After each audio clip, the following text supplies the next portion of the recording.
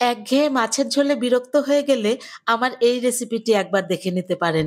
রুই বা কাতল মাছ না ভেজে এভাবে গ্যাসের ওপরে একটুখানি সেঁকে নিয়ে ঘরে থাকা সাধারণ মশলা দিয়ে একটি অসাধারণ রেসিপি। নমস্কার বন্ধুরা, জয়শ্রীর পাকঘরে সবাইকে স্বাগত। আমার আজকের রেসিপিটি শেষ পর্যন্ত দেখবার অনুরোধ রইল, আর ভালো লাগলে একটা লাইক করে দেবেন। এখানে আমি 6 পিস রুই মাছ নিয়েছি। মাছগুলোকে একটু পাতলা পিস করে নিতে হবে এই রেসিপির জন্য। খুব মোটা পিস হলে কিন্তু ভালো লাগবে না। দিয়ে দিলাম লবণ, হলুদ আর 1 চামচ মতো সর্ষের তেল। এবারে লবণ, হলুদ আর তেলের সাথে মাছটাকে একটু ভালো করে মাখিয়ে নেব। এটাকে মাখিয়ে নিয়ে 10 মিনিটের জন্য রেখে দিতে হবে। যেহেতু আমি মাছটাকে ভাজবো না, সেজন্য মাছের ভেতরে লবণ, হলুদটা ভালো করে ঢুকে যাওয়াটা জরুরি।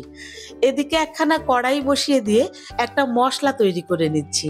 সেজন্য দিয়ে দিলাম 1 চামচ গোটা জিরে, 1 চামচ গোটা ধনে, 2খানা কাঁচা লঙ্কা, 2খানা শুকনো লঙ্কা আর 5-6 কোয়া রসুন। এবারে এই মশলাগুলোকে শুকনো কড়াইতেই একটু ভেজে নেব, যতক্ষণ না পর্যন্ত রসুনের গায়ে একটা কালচে কালচে দাগ হচ্ছে আর মশলা ভাজার সুন্দর গন্ধটা আসছে। দেখুন, রসুনগুলো হালকা কালচে কালচে ভাব এসেছে আর মশলা ভাজার সুন্দর গন্ধ এসেছে। এবারে এই মশলাগুলোকে অল্প করে জল দিয়ে শিলপাটায় একদম মিহি করে বেটে নেব। এই কাজটা আপনারা মিক্সিতেও কিন্তু করে নিতে পারেন। মশলাটা মিহি করে বাটা হয়ে গেছে, এবারে মশলাটাকে নামিয়ে নিচ্ছি। ওদিকে 10 মিনিট হয়ে গেছে। এবারে গ্যাসের ওপরে রুটি শাখার একখানা এরকম জালি বসিয়ে 3 পিস করে মাছ লো ফ্লেমে এইভাবে এপিট ওপিট সেঁকে নেব। মাছটা না ভেজে এভাবে এপিট ওপিট একটুখানি সেঁকে নিলে মাছের গায়ে হালকা একটা কালচে ভাব এলে পরে এই রেসিপির একটা অন্যরকম গন্ধ হয়। একবার বানিয়ে দেখবেন, এই গন্ধটা কিন্তু একেবারেই আলাদা। একটা পিঠ মিনিট 4 করে সেঁকে নেওয়ার পরে মাছগুলো কিন্তু বেশ সুন্দর করে সেঁকা হয়ে গেছে আর দু পিঠে অল্প অল্প কালচে ভাব এসেছে। এই রকম হলেই নামিয়ে নিয়ে আর একবার আরো 3 পিস মাছ একইভাবে সেঁকে নেব। মাছগুলো সেঁকা হয়ে গেছে। এবারে কড়াইয়ের মধ্যে পরিমাণ মতো সর্ষের তেল, এখানে আমি 4 চামচ সর্ষের তেল দিয়েছিলাম। তেলটা ভালো করে গরম হয়ে গেলে দিয়ে দিলাম 1 চামচ কালো জিরে আর 2টো চেরা কাঁচা লঙ্কা। কালো জিরে আর কাঁচা লঙ্কাটা একটুখানি ভেজে নিয়ে দিয়ে দিলাম একখানা বড় মাপের পেঁয়াজ কুচি। পেঁয়াজ কুচিটাকে হালকা ব্রাউন করে ভেজে নেব প্রথমে। রসুনের সঙ্গে যে মশলাগুলো আমি ভেজে নিয়েছিলাম সেগুলো কিন্তু সবার শেষে দিতে হবে। পেঁয়াজটা হালকা ব্রাউন হয়ে গেলে এর মধ্যে দিয়ে দিলাম কেটে নেওয়া একখানা টমেটো, 1 চামচ আদা বাটা, পরিমাণ মতো হলুদ মানে হাফ চামচ হলুদ, 1 চামচ লবণ আর একটুখানি কাশ্মীরি লঙ্কা গুঁড়ো। এবারে সব কিছুকে ভালো করে কষিয়ে নেব টমেটোটা গলে যাওয়া পর্যন্ত। জয়শ্রীর পাকঘরের রেসিপিগুলি আপনাদের কেমন লাগে কমেন্ট বক্সে অবশ্যই জানাবেন, আর ভালো লাগলে একটা লাইক করে দেবেন। টমেটো, পেঁয়াজ, আদাটা ভালো মতো কষে যাওয়ার পরে এর মধ্যে আমি তৈরি করে রাখা মশলাটা দিয়ে দিলাম।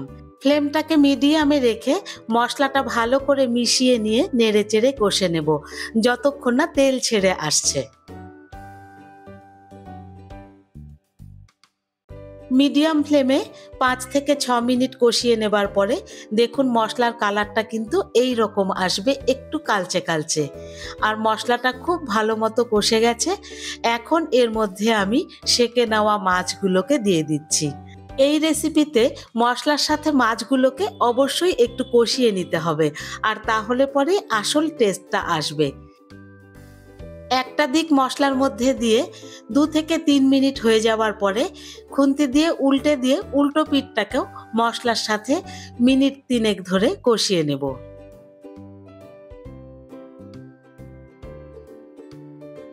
3 থেকে 4 মিনিট মাছের সাথে মশলাটাকে এভাবে কষিয়ে নেবার পরে মশলা থেকে ফাইনালি যখন সম্পূর্ণ তেল ছেড়ে এসেছে তখন এর মধ্যে আমি দিয়ে দেব 1 কাপ পরিমাণে ভালো করে ফুটিয়ে নেওয়া জল।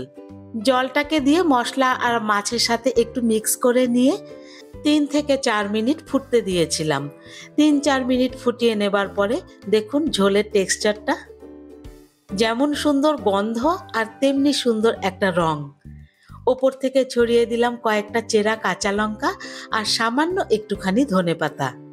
তারপরে নামিয়ে গরম গরম পরিবেশন করব। গরম ভাতের সাথে এই মাছের ঝোল খেতে এত অসাধারণ লাগে যে অন্য মাছের ঝোলের কথা ভুলেই যাবেন। একবার ট্রাই করে দেখবেন কিন্তু। ফিরে আসবো অন্য একটি রেসিপি নিয়ে। ততক্ষণ টাটা।